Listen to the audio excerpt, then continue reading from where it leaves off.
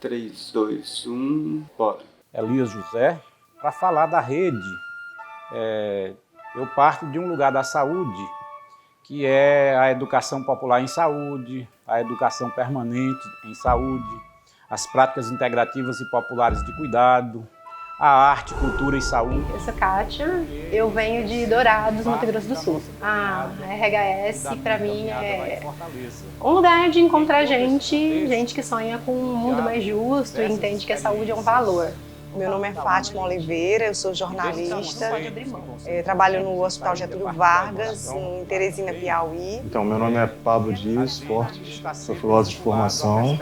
Eu sou carioca, moro em Santa Catarina já há algum tempo. Eu moro em Guarabira, Paraíba. Meu nome é Marco, eu sou de Porto Alegre. Eu sou Rejane, moro em Natal. Bom dia, eu sou Lúcia Prata. Trabalho no CAPS Água e Drogas, uma boa parte. Meu nome é Maia, meu nome é Rafael Grécio, do CAPS 3 de Joinville. E eles, de maneira muito gentil... Tem que falar da rede, né? Então tá. Então é melhor falar direto da rede. Isso. A gente pode falar o que da rede? Que a gente se conheceu, que somos duas pessoas, uma do sul, a outra do norte. Isso. Temos diferenças radicais. E a gente se encontrou nesta rede virtual que permitiu, né, o nascimento de um afeto muito grande. Falar em rede de humanização é falar das pessoas que a gente encontra nessa rede.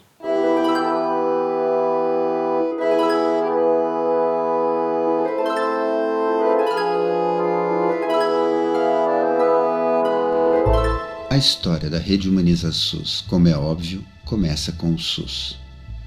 A história da rede faz parte da história do SUS, da história das lutas e movimentos que levaram à sua criação. Mais imediatamente, a história da Rede Humaniza SUS remonta a um momento em que o SUS já era uma conquista e já se encontrava às voltas com desafios maiores, como o da qualidade da atenção prestada em seus serviços. O primeiro marco nessa história é, portanto, 2003, quando é criada a Política Nacional de Humanização, a PNH. Nós brasileiros precisamos nos engajar a lutar pela uma única causa, uma única luta. Pela humanização da saúde e do SUS. Também chamada de Humaniza SUS, a PNH foi concebida como uma política transversal às outras políticas de saúde, buscando em todos os espaços de trabalho produzir mudanças institucionais que favoreçam relações mais democráticas e, portanto, mais humanizadas, tanto na gestão quanto no cuidado no SUS. Foi no contexto de uma política com tais propósitos que pôde surgir a ideia, em 2008, de se ofertar uma plataforma colaborativa aberta na internet e fomentar a produção de redes sociais entre trabalhadores e usuários do sistema. Assim nasceu a Rede Humaniza SUS, também chamada de RHS. Portanto, antes ainda da explosão do fenômeno massivo das redes sociais, que só se daria na década seguinte, a PNH apostou na constituição de uma rede social online como um dispositivo para intensificar a troca de experiências entre trabalhadores e usuários do SUS de todas as partes do país engajados com essa política. Este vídeo busca apresentar um pouco do que vem sendo essa experiência de se fazer rede social como um modo de se fazer política pública na área da saúde. Essa experiência, que já dura mais de uma década e que acabou levando à constituição dessa grande rede social de trabalhadores, gestores, pesquisadores, professores, estudantes e usuários do SUS, que é a RHS.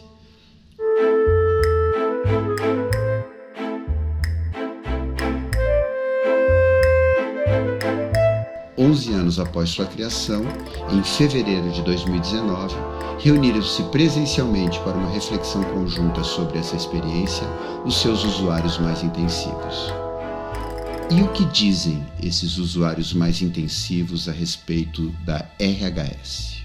Se a gente for pensar o que é a Rede Humaniza SUS hoje, da forma que ela foi concebida, é uma plataforma, uma arena, uma zona autônoma livre de trabalhadores do SUS implicados com o cotidiano do cuidado. Um grupo espalhado pelo Brasil todo por uma plataforma virtual, construindo as suas relações de amizade, de afeto e de defesa do SUS. Então, quando eu penso a rede Humaniza SUS hoje, é um grande espaço de produção de saúde no ambiente virtual. Eu sou uma pessoa com deficiência física, transtorno mental, então a coordenadora do CAPS que eu fazia o tratamento, ela falava, não, parece que todas as cotas atingiram você em cheio. E a rede Humaniza SUS é um espaço que eu não tenho deficiência nenhuma lá, eu sou igual a todo mundo, eu tenho o meu espaço ali, tenho a minha turma ali. A rede Humaniza SUS, ela veio nos dar uma condição de igualdade, né? Uma pluralidade de pensamentos e uma horizontalidade no nosso trabalho, onde todos nós somos iguais na rede Humaniza SUS. Onde a gente pode postar, tanto pode ser um auxiliar de enfermagem, como um jornalista, como um médico, como um enfermeiro, a gente pode colocar nossas ideias lá. E é uma rede social onde a gente tem visibilidade no Brasil inteiro. Desde seu lançamento em 22 de fevereiro de 2008, a RHS vem apresentando um crescimento contínuo no número de acessos diários às suas páginas, o que hoje gira em torno de 5.000 acessos por dia. Até 31 de dezembro de 2018, 4,4 milhões de usuários individuais haviam acessado a rede. Desse total, 1/4 efetivamente interagiu com suas páginas, ou seja, mais de 1.100.000 indivíduos já visitaram e interagiram com as páginas da RHS. Destes, quase 40.000 fizeram cadastro na rede. Dos 39.136 usuários que estavam cadastrados na RHS no final de 2018, quase 6.000 eram usuários ativos, isto é, haviam realizado pelo menos um login nos últimos 2 anos. Mais de 3.200 haviam publicado pelo menos um comentário. Quase 2.500 haviam publicado pelo menos um post. E mais de 2.100 votaram pelo menos uma vez. Esses números permitem dimensionar o tamanho da comunidade que há mais de uma década vem produzindo o maior acervo de conteúdos e conversas sobre humanização na saúde da web brasileira, com mais de 15.000 posts e 40.000 comentários publicados. Um outro modo bastante visual de dimensionar o tamanho e, em particular, a dinâmica de crescimento de uma rede ao longo do tempo é através de grafos, que são formas de visualização das relações estabelecidas entre os membros de uma rede. Podemos perceber o crescimento do número de nós, do número de usuários da rede, o adensamento das conexões entre estes nós, indicado pelo número de arestas e pela proximidade entre os nós, e a tendência crescente a se formarem sub-redes, subgrupos de usuários que formam relações mais coesas entre si e que podem ser identificados nos grafos pela formação de clusters, de aglomerados de nós e que aqui estão identificados pelas cores. Junto com esse crescimento expressivo do tamanho da rede e do adensamento de suas relações, descobrimos também diferentes encontros e relações com a rede Humaniza SUS. Fui muito tímida inicialmente, porque não era meu dia a dia escrever, mas a vontade de participar da rede era tão tamanha que eu fui arriscando minhas primeiras prosas, né? Foi criando um espaço dentro de mim, fui incorporando de tal forma que criei vínculos assim que estão continuando, né? De 2013 para cá, são vínculos muito fortes de amizade, de respeito, de carinho. Eu costumo dizer que a rede Humaniza SUS, ela deu um ressignificado para a minha vida. Eu considero ela como um divisor de águas. O antes da rede e o depois da rede. Ela me ressignificou enquanto pessoa, enquanto profissional. Pessoa porque eu já estava próxima de uma aposentadoria quando eu fui apresentada à rede, né? E que quando eu tive contato com toda essa riqueza de conteúdo, de experiências, eu disse, não, eu não posso me aposentar agora, eu tenho que viver esse SUS que eu não sabia que existia. A Rede Humaniza SUS é uma experiência que vem para mim depois da graduação, na primeira pós que eu fiz. E ela me deu uma oportunidade para dar expressão para o meu pensamento na forma da escrita. Eu, de certa forma, pude experimentar minhas personas ao longo do tempo, postando na rede, de uma forma livre, inclusive construída em tempo real. A ideia vem, ela se transforma num texto, vai para publicação, entra no ar e eu ainda continuo editando ele, dialogando com os comentários, fazendo correções de estilo e forma no texto. Então, ela é muito importante na minha vida, assim, ela vai me constituir e eu vou me constituindo junto com a rede. E a minha entrada, a minha inserção na Rede Humaniza SUS foi na época que eu comecei o trabalho no hospital como coordenadora do grupo de trabalho de humanização do GTH, e as minhas postagens eram voltadas para esse trabalho. Como é que a gente formou o GTH, e logo depois, em seguida, as nossas 34 rodas de conversa que a gente fez no sentido de formar um colegiado gestor no hospital, um colegiado gestor legítimo. Encontrei na Rede Humaniza SUS um amplificador para a minha voz e para o meu trabalho de cyberativista, enquanto um espaço público que tem alcance para o Brasil inteiro e que ele tem o apoio do Ministério da Saúde, sim, mas ele é protegido porque quem faz parte da Rede Humaniza SUS são pessoas que estão engajadas na causa de fazer o SUS dar certo, são pessoas que não entram numa rede social de qualquer forma, elas entram com um acolhimento e entram por um propósito para trazer uma luta, para trazer às vezes uma dor, para trazer às vezes uma reclamação enquanto usuário, ou por um pedido de reconhecimento enquanto profissional para divulgar um serviço, mas são pessoas que querem que a saúde progrida. Então, ao mesmo tempo que é uma rede pública e que ela usa Facebook e usa Twitter e ela tem um alcance gigantesco também com as redes sociais normais, ela se potencializa, mas quem vai para a Rede Humaniza SUS não vai para o debate vazio, vai para a construção de uma amizade, né? O Platão já dizia que cada um, quando se apaixona, ele é capaz de virar poeta. Então, a coisa andou por aí. E eu comecei também arriscando as minhas primeiras poesias. Tanto é que dentro das minhas postagens na rede, é notório sempre ver os meus cordéis e tal, porque me considero tão blogueira da Rede Humaniza SUS que eu me sinto tão completa de não precisar fazer um blog só de poesias. Eu tenho transtorno bipolar, então isso se reflete na rede porque eu tenho 2 blogs. Um blog é só Rafael e o outro é Rafael Henrique Trávia. O meu primeiro blog ele tinha muito o cotidiano do CAPS 3 de Joinville, então tinha bastante foto, bastante vídeo. O meu segundo blog ele tem as partes do SUS que dá certo, tem, mas ele tem uma parte de reivindicações também, de que como usuário eu não posso me furtar dos problemas e das questões que existem no SUS. Eu não sou chapa branca para dizer que está tudo bonitinho, porque não está. Para mim, eu sempre identifiquei a Rede Humaniza SUS, desde o momento que eu entrei lá, como um espaço de participação social.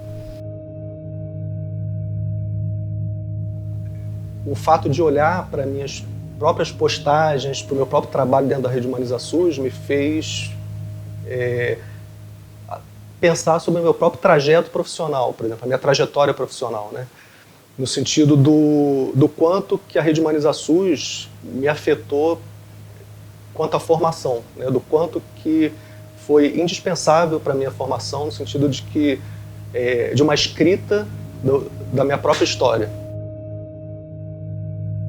Hoje eu sou professora da Psicologia Social na Universidade Federal da Grande Dourados e eu uso a RHS de diferentes formas. Eu convido os estudantes a olharem o SUS por uma outra perspectiva. Eu faço pesquisa, minha pesquisa docente é uma cartografia do que está acontecendo da RHS, a partir das questões que me interessam principalmente, que é saúde mental, saúde indígena, formação de redes e saúde da mulher.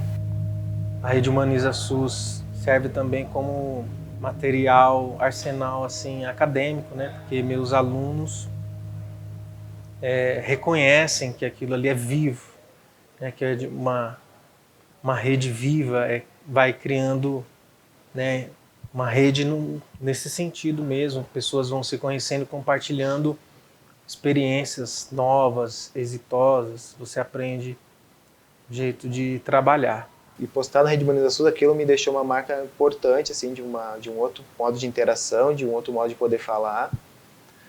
E aí, quando eu estava pensando em como é que eu vou fazer uma avaliação, que o pessoal aprenda com a avaliação, que o pessoal possa interagir com outras pessoas, que o pessoal não se sinta muito pressionado a repetir o que eu digo em aula, a Rede Humaniza SUS e postar conteúdos na Rede Humaniza SUS foi uma estratégia importante.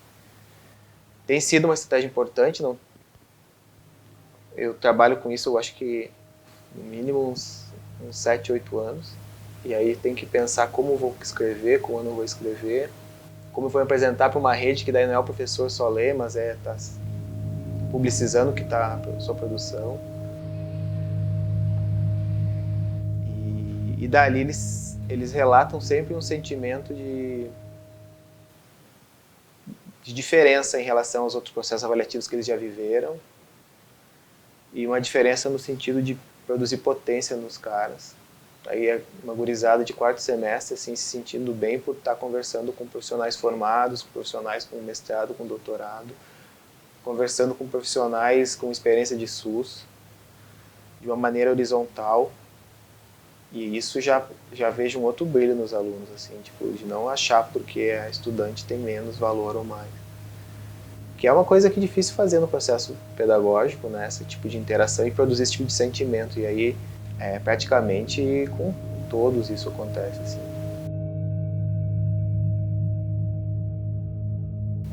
Eu percebo que hoje talvez a gente pudesse pensar um pouco também nessa questão, investir mais talvez nessa questão da educação permanente. Eu acho que ainda falta algo aí que, não sei, né, como se poderia se dar, né, de que maneira que eu percebi que, por exemplo, que na rede existem muitos profissionais da academia, por exemplo, né?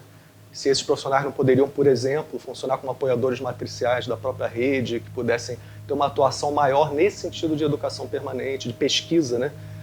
Não deles fazerem a pesquisa exatamente, mas poderem apoiar a pesquisa dos trabalhadores também. A gente que pensa, então, esse berço histórico, né, das práticas de saúde, como práticas que interpelam o tempo inteiro os sujeitos, os indivíduos, a gente também pode pensar uma certa inversão nessa lógica, que falar de humanização é também criar uma esfera de interpelação dessas práticas de saúde, né? E eu acho que a rede abre espaço para isso. E no momento que ela abre espaço para isso, ela cria um campo de comum em torno dessa agenda, né, da saúde como direito, do SUS que dá certo e etc., que é muito interessante para quem está no campo, né, para criar também uma cultura de reavaliação permanente do sentido do seu trabalho, da sua própria vida nesse grande movimento.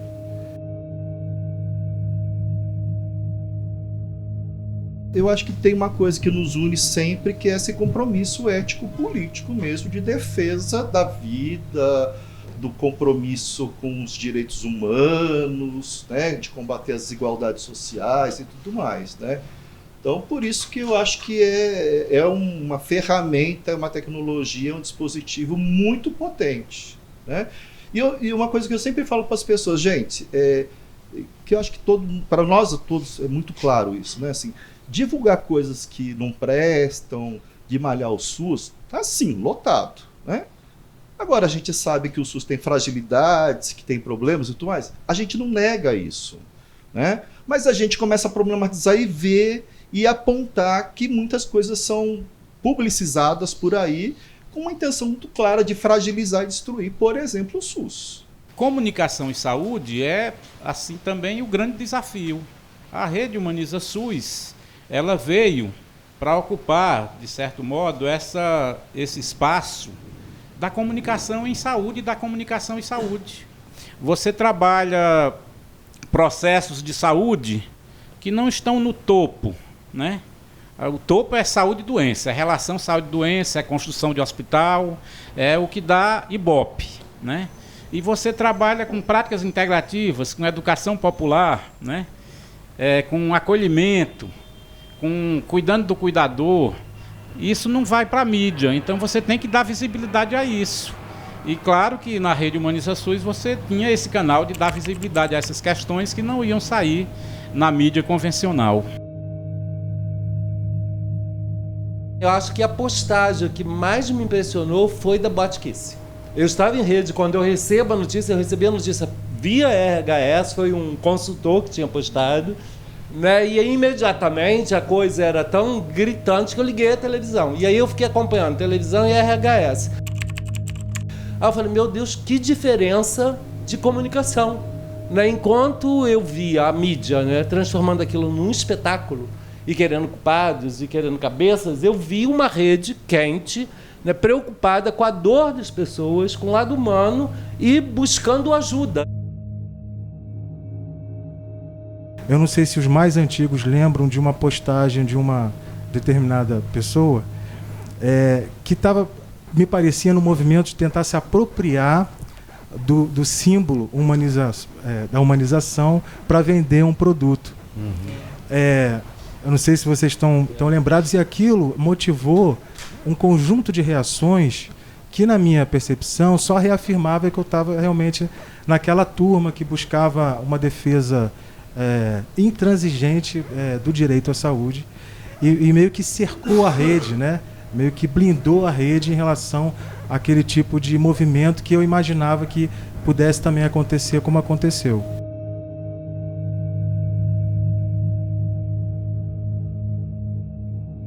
Na realidade, você não tem uma censura, né? As pessoas postam o que elas pensam, a opinião delas, e o que você vai ter muito é a opinião da rede, né? E a reação que a rede vai dar à sua postagem. Geralmente a rede é bastante receptiva quando você entra, mas ela também estranha quando você produz conteúdos que ela acha que está extrapolando, né, o que ela entende como saúde e a forma de se colocar dentro da comunidade.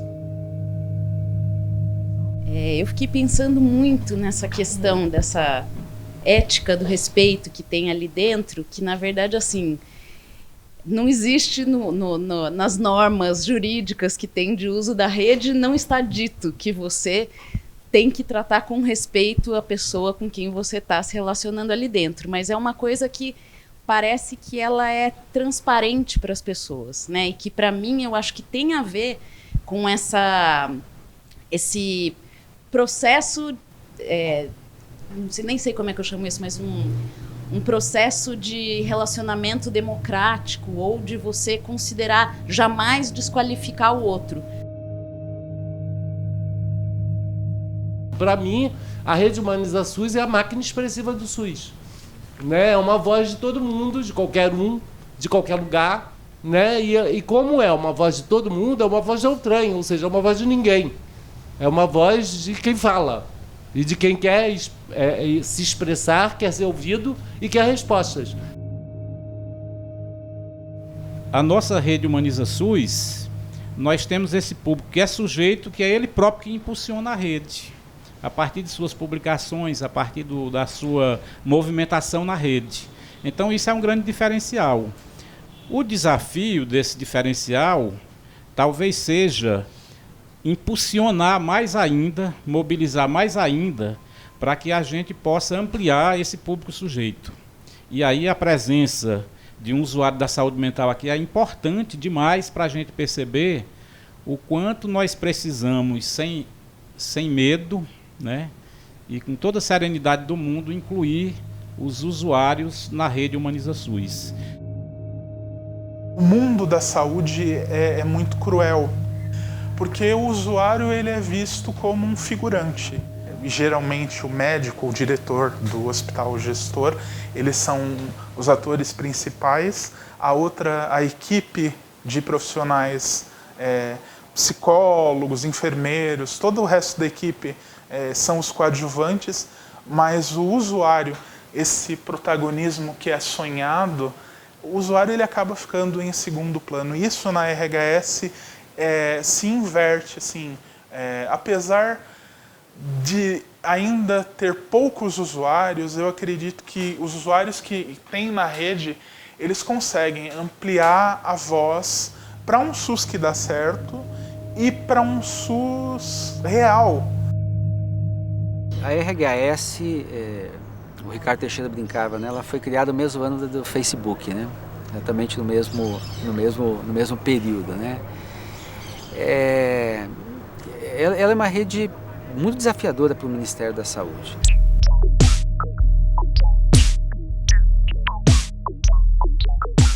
Eu creio que teve um momento em que a rede ficou muito maior que a PNH. Tanto que eu não conhecia a consultora da PNH, que era a Sheila, né? Conhecia, mas não sabia o que ela fazia, não sabia qual era o trabalho. Eu era da atenção básica, então a PNH não chegava assim na atenção básica, né? Tinha um percurso pelos hospitais e tal. E depois que eu comecei a fazer post na Rede Humaniza SUS, foi que a gente se aproximou. Então a gente se aproximou por meio da RHS.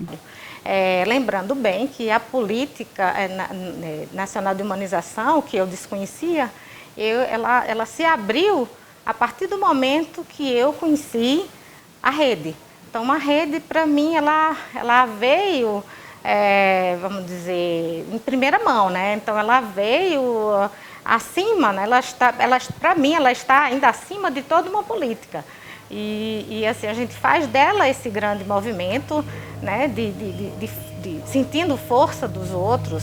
E eu me dei conta que realmente parece que tem uma, não que esteja desligada, mas que existe uma tensão entre a Rede Humaniza SUS e a Política Nacional de Humanização, e a rede funcionando como um movimento social que às vezes ameaça, como se ameaçasse a política, mas ao mesmo tempo se sente ameaçada, né? Então fica numa certa tensão.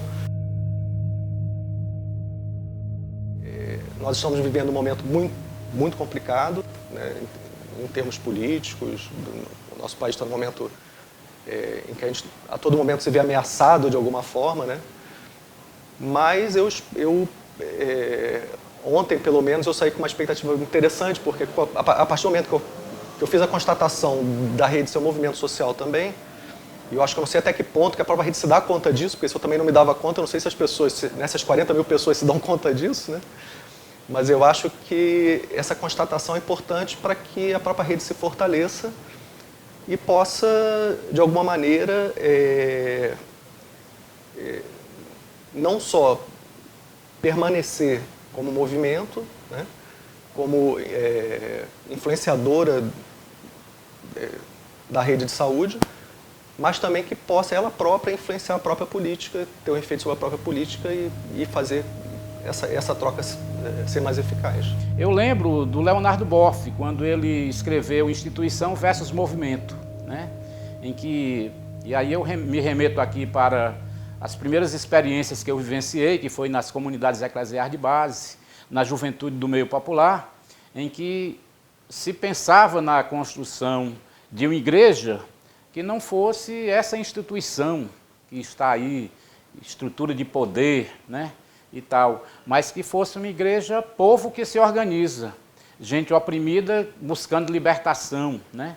E em todos os processos de vida em que estão presentes a participação popular, em que estão presentes essa perspectiva mesmo das pessoas se acolherem e serem acolhedoras, a gente observa esse caminho mais do movimento do que da instituição. Nós, trabalhadores da saúde, nós, usuários do Sistema Único de Saúde, nós postamos coisas que nos interessam, que a gente tem vontade de falar e que às vezes a gente não tem oportunidade de falar para os nossos gestores.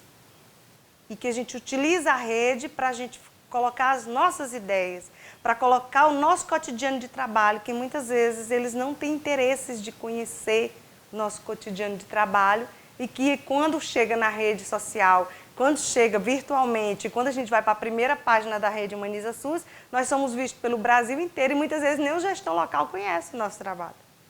A rede, ela ocupou um vazio que existe no território de trabalho do SUS, que é a valorização daquilo que se faz de bom, né? Que é o tal do SUS que dá certo, que é em pequena escala, que é no dia a dia, né? É onde eu posso mostrar aquilo que eu faço de bom e ser valorizado. Então, acho que essa ocupação da rede, ela fez isso. As pessoas vieram para a rede para dizer assim, olha, eu tenho aqui um coletivo, eu visto essa camiseta, porque isso é muito simbólico, né? Eu visto essa camiseta. Meu primeiro uso em relação à RHS é na qualidade de gestora, né, da PNH local. Depois eu passo a usar RHS na qualidade de consultora. E aí isso tem uma delicadeza gigantesca, porque você já fala de um outro lugar, e você fala do lugar da gestão federal, e você tem que tomar muito cuidado para não produzir ruídos numa relação que é uma relação muito delicada, que é da relação federal, estadual, dos entes federativos. Então eu passei a compreender no primeiro momento. Eu também criticava muito o fato de que os apoiadores da PNH, né, os consultores da PNH não usavam RHS. E depois eu me vi também nesse lugar, que é um lugar de muita delicadeza, que é fazer apoio, né, de conseguir colocar o dedo em algumas feridas e não romper com as relações. Então, passei a entender um pouco mais de por que a RHS ela era mais usada por quem estava fora da máquina do que quem estava dentro da máquina, porque estar dentro da máquina traz muitos tensionamentos e muitos ruídos, e eu escrevo sobre isso, a minha pesquisa... Da máquina federal, Da máquina federal, nesse caso.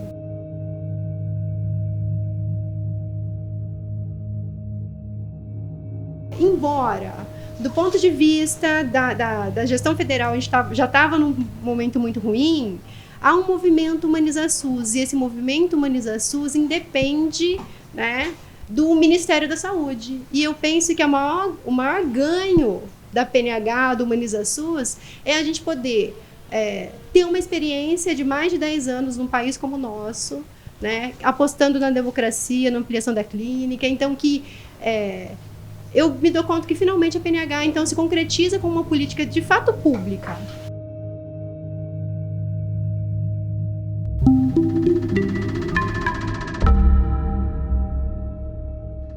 Todos os grafos que aparecem neste vídeo foram produzidos com dados reais da Rede Humaniza SUS. Grafos são figuras que traduzem visualmente a estrutura e a dinâmica das relações entre os nós de uma rede.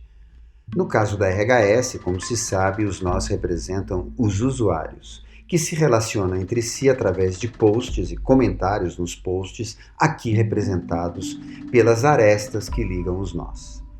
Quando abrimos as bases de dados de nós e arestas da RHS no programa gerador de grafos, ele tem a aparência de um aglomerado compacto de nós, tão juntos que nem conseguimos ver as arestas entre eles. Para que a visualização da rede comece a fazer sentido, nós podemos, por exemplo, atribuir informações visuais aos nós. Aqui escolhemos as cores para indicar a que subrede dentro da rede pertence aquele usuário, e o tamanho dos nós para indicar o seu grau de autoridade, ou seja, o quanto aquele usuário se faz uma referência para os outros usuários da rede. Para podermos visualizar as relações entre os nós, aplicamos o algoritmo de layout Force Atlas 2, que faz parte de um grupo de algoritmos que simula um sistema físico, isto é, que representa espacialmente as relações entre os nós em termos de forças de atração, repulsão e gravidade. Nessa visualização, podemos identificar a tendência de formação de um grande cluster central em torno de alguns poucos usuários de maior autoridade. Ainda que os padrões de interação indiquem a existência de várias subredes de usuários na RHS, elas se mantêm fortemente interconectadas entre si. Em seguida, aplicamos um outro recurso de visualização que evita a sobreposição de nós. Vejamos uma vez mais. Na RHS, os cálculos identificaram a existência de 46 sub-redes. As 13 maiores, que incluem 95% de todos os nós, são as que aparecem coloridas nesse grafo. Todas se articulam em torno de alguns usuários de maior autoridade.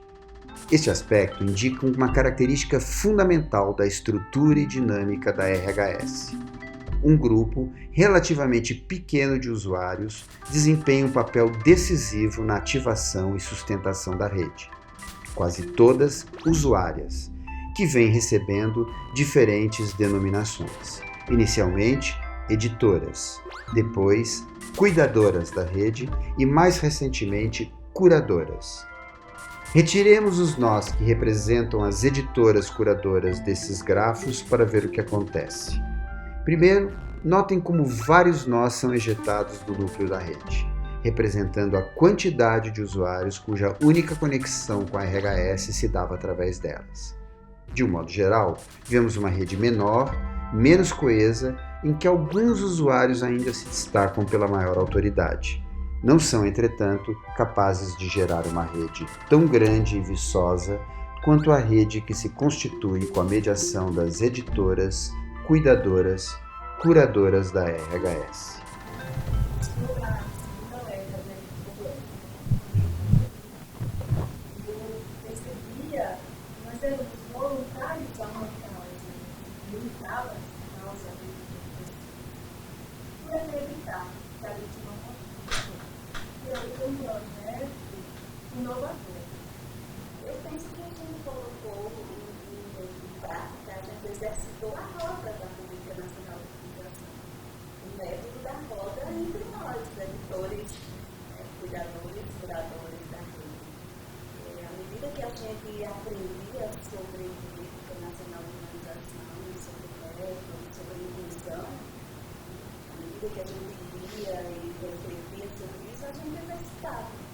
Através da rede, você tem a oportunidade de cuidar do outro, porque quando você vê uma postagem limitada, mas que você vê que é uma experiência bacana, você já se sente assim instigada a fazer com que aquela pessoa fale mais do seu trabalho. E esse é um pouco o trabalho dos curadores, né? É de identificar essas postagens, essas experiências exitosas que podem inspirar outras pessoas, outros profissionais, né? E que você termina motivando as pessoas para falarem mais, linkando outros conteúdos para que também conversam, né, com aqueles conteúdos relatados pelo usuário.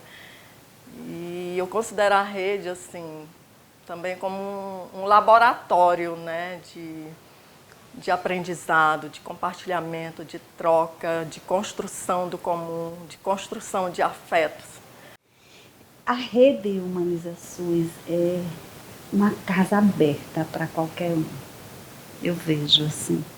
Uma casa aberta onde os visitantes eles podem alterar aquela casa.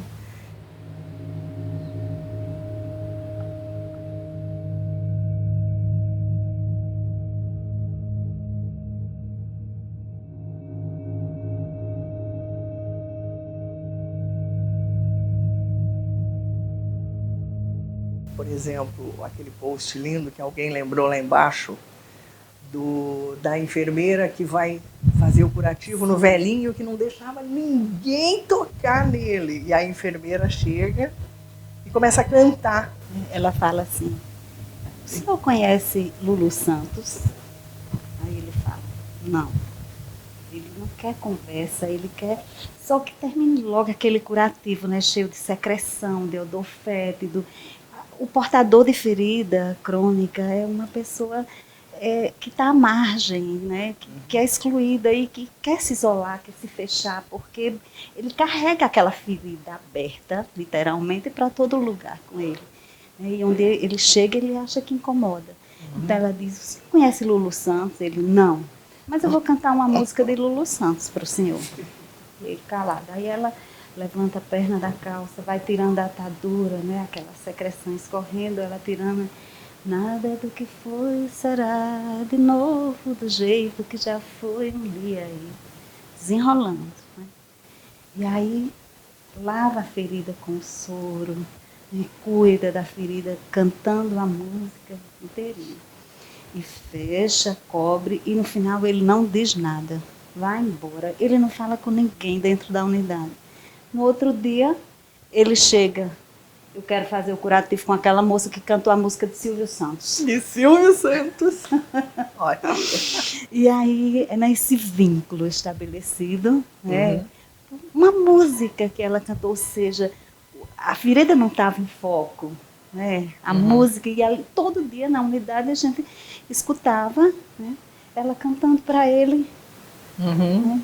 As pessoas na sala de espera, enquanto ela fazia o curativo, ela cantava para ele. E aí desenvolveu um vínculo. Né? E aí a gente ia na casa fazer esse curativo. E aí ele se abriu, era outro, era outra pessoa.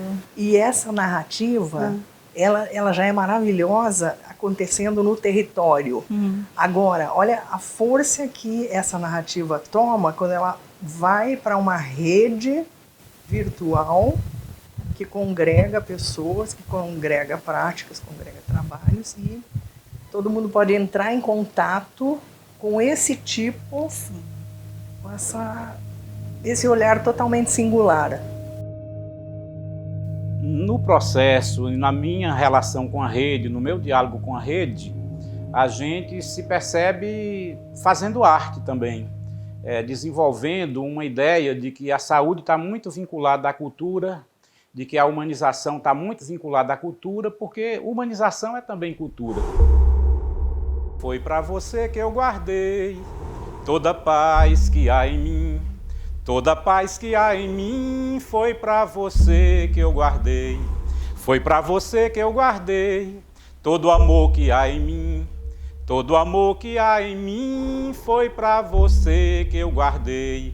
Rede Humaniza SUS, guardei a minha alegria, guardei o meu coração, guardei abraços e beijos, guardei carinho e atenção, guardei a boa energia que gera boa emoção, guardei até poesia misturada na canção, guardei cuidados e afetos, guardei sentimento bom, guardei um gesto concreto, guardei paz interior, guardei todos os olhares e os saberes que há, guardei isso e tudo mais simplesmente para te dar. Este jeito de acolher traduz participação nesta troca de energia que transcende da razão. Um obrigado, um bom dia, faz-se mística acolhedora, abre um caminho de luz pela ação transformadora. Poesia cantada.